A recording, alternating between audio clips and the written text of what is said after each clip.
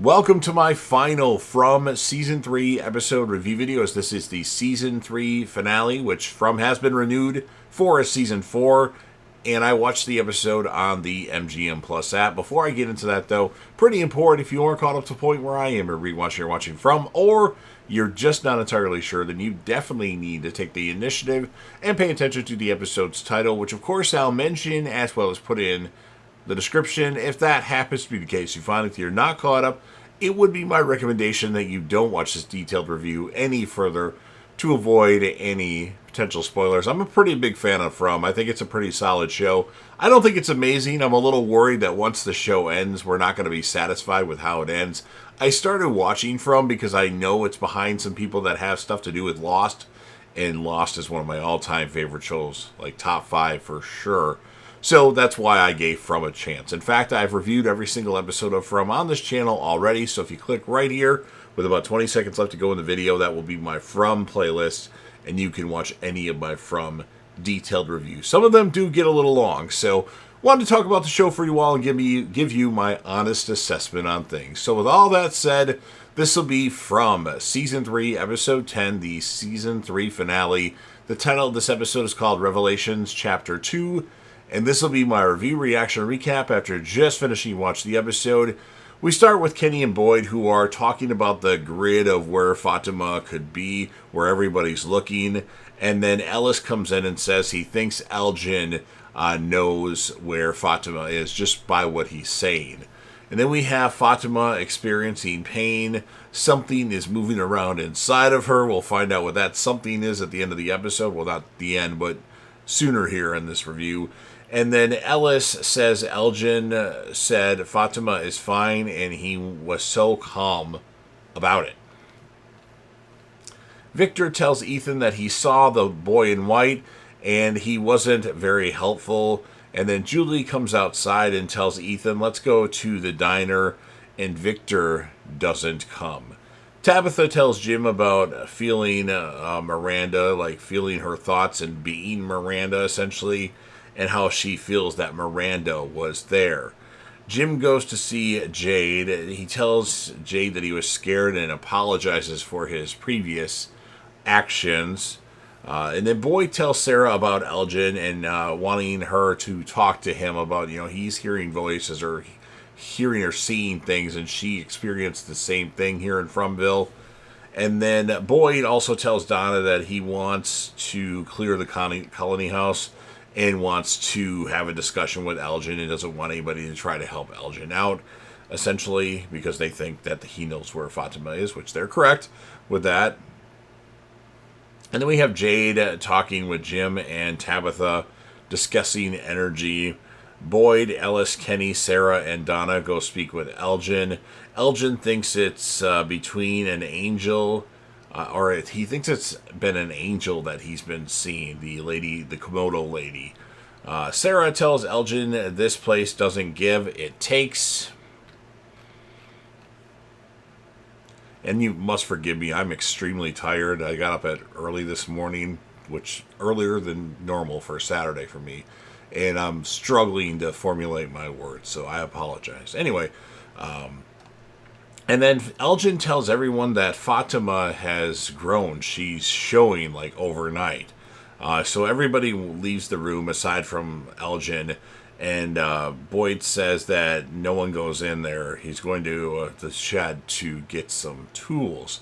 As Elgin's not talking, so Boyd's going to take things into his own hands and torture him to a degree. Henry talks to Victor. He has to show him something, but it's going to make him angry. Boyd sees the ghost of Father Khatri. He tells Boyd that when push comes to shove, he's no different than anyone else. And Boyd tells him he can't judge him. He's doing the best that he can. Khatri tells Boyd he needs to decide right now who he is. Fatima bangs and screams for someone to open the door. Jade talks to Tabitha and Jim about the children saying Anakui. Jade yells at the sky about just saying, Anakuni, we need more than that. And, if you're going to help out, you need to help us out with more than just that saying. We have Randall hearing the cicada sounds. Christy talks to Marielle. Randall was going to zap himself with the ambulance equipment, but Marielle stops him just in the nick of time and tells him that he's going to be okay. Boyd returns to the colony house and tells everyone what happens. Next is on me. Elgin tells Boyd that he wishes he could tell him, but he can't. And Boyd pulls out a hammer, and then the camera, this camera that takes Polaroids, takes another picture by itself. Boyd looks at the picture of a house. We later find out that's the house that he bought when he decided he was retired, before the whole finding a tree in the road thing. Victor took Henry to where he buried his mom and his sister, Miranda and Eloise. Victor tells Henry that he doesn't have to be his dad anymore, and Henry says he'll never stop being his dad. It's a pretty touchy moment by Henry and Victor, the father-son combination here. Jim points out that the numbers in the bottles could be music-related, and then Jade has this moment where, like, you're a genius. Christy asks Marielle if she's okay. She responds with no. And Elgin says to Boyd that he would never hurt Fatima.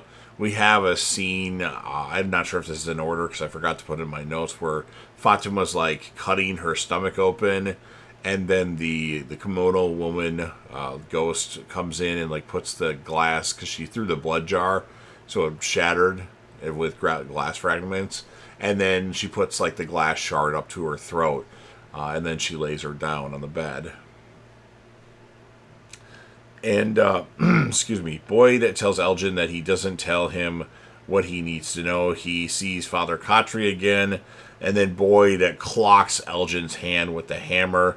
And then we have Acosta arriving at Colony House, and apparently her first name is Danny Acosta. And then she hears Boyd torturing Elgin from downstairs and runs up there. And then Acosta wonders what the fuck is going on here. Jade figures out the melody to the numbers, like the song it's playing, or that they play. Tabitha suggests playing the melody by the tree, because they don't want to do it near town, because who knows what can happen near town. Ethan tells Julie he's starting to forget what Thomas was like. Julie tells Ethan that she went to the ruins and heard Mom talking to Victor. And then Ethan tells Julie that she's a story walker. Ethan says you can visit the chapters, but you can't change them. And then Sarah goes to talk to Elgin. She tells him the first day she saw him that her heart broke for him because he was so nice. And then Sarah's like stabbing Elgin with the flathead screwdriver. She may have stabbed him in the eye and took his eye out. I don't know for sure if that's the case because I didn't go back and watch it. But from memory, it looked like that to me. But that's how she got information out of Elgin. And then Sarah finds out that Tabitha is in the root cellar. Jade begins by playing the violin at the bottle tree. The kimono woman takes what Fatima gave birth to down below the root cellar. So there's like another door that you can go down. The Anakui kids show up at the bottle tree. Both Jade and Tabitha can see them. Fatima says those things sacrifice their children so they could live forever. So they essentially, the monsters, the creatures, whatever you want to call them, made a deal with the devil. I think we know who the devil is now. Boyd sees that Fatima, so he goes downstairs, and then he goes to where like the nurse lady and everything, all the monsters are in a circle, and what Fatima gave birth to was Smiley, and he quickly grows to regular Smiley height instead of looking little tiny Smiley. Tabitha tells Jim at one time she was Miranda and Jade was Christopher. They've been to Fromville before, and that's why that's why they know things. And then Julie finds Jim out in the woods. Her appearance has changed. She said she changed the story. She also has a scratch on her face, and she says he needs to come back to town. And then we have a man in yellow show up, and says that Jade can sure play. Jim tries to hit him with some bark, and he blocks it, and then he pins Jim up against I can't remember, it's a truck or whatever, I don't remember exactly what it was, but something he pins him up against, and then Julie tries to help, and he just pushes her away, and the guy in the yellow says that,